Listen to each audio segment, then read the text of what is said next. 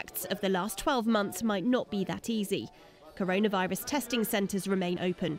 And with 2 COVID-19 vaccines now approved for UK rollout, 2021 could see armed forces personnel supporting civilian authorities for the foreseeable.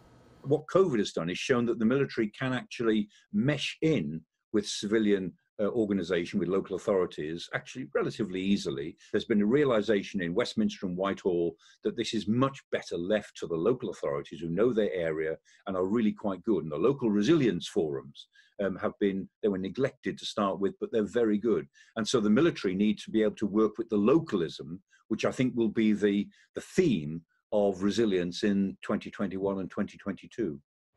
While the global economy has taken a hit, UK defence will benefit from a welcome cash boost, an extra £16.5 billion from the Treasury over the next 4 years. It secured Britain as the leading military spender among European members of NATO, the Royal Navy's Type 31 programme can be completed, and there's cash set aside for the Future Combat Air System. But with a budget black hole to fill, some difficult choices could be on the horizon. We still need to know what are the sunset capabilities, what are the older capabilities that will have to be retired, perhaps retired early. And one thinks therefore about numbers of armoured vehicles.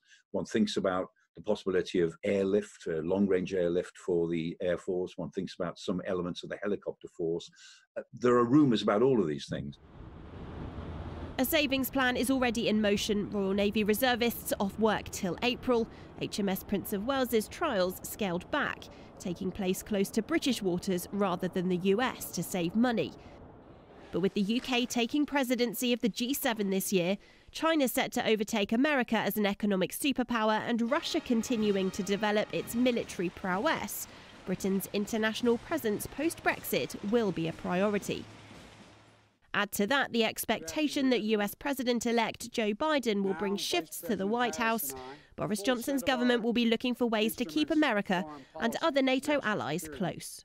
Britain has a potentially very important role to play in trying to lead NATO to a reinvigoration of its military strategy and transformation of its forces. But if it looks as if we're turning away from NATO, the message that will send to our allies will not be that they will therefore take up the slack. They'll just become more indifferent. They'll become fatalistic. There are already plans for more forward deployments. The Navy's aircraft carrier HMS Queen Elizabeth set to embark on her inaugural deployment to the Mediterranean, Indian Ocean and East Asia region, while UK personnel on the UN peace mission in Mali will continue their work to promote stabilisation in Africa's Sahel. In a world post-EU, expanding British influence could become a key catchphrase. I think that the forces themselves will be busy. You can't rule out other forces being used in UN or other operations elsewhere. There will be crises, undoubtedly, that our Navy and Air Force will be required to perform. But MOD, central building, the main office, will actually have some really tough decisions to make during the year. Those decisions will come via the integrated review, the long-awaited reorientation of Britain's position in the world, the blueprint for the military's future.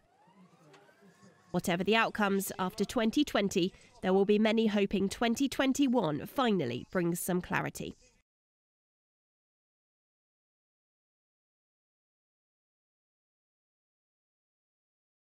If you enjoyed this video, don't forget to like and subscribe to our channel with notifications switched on.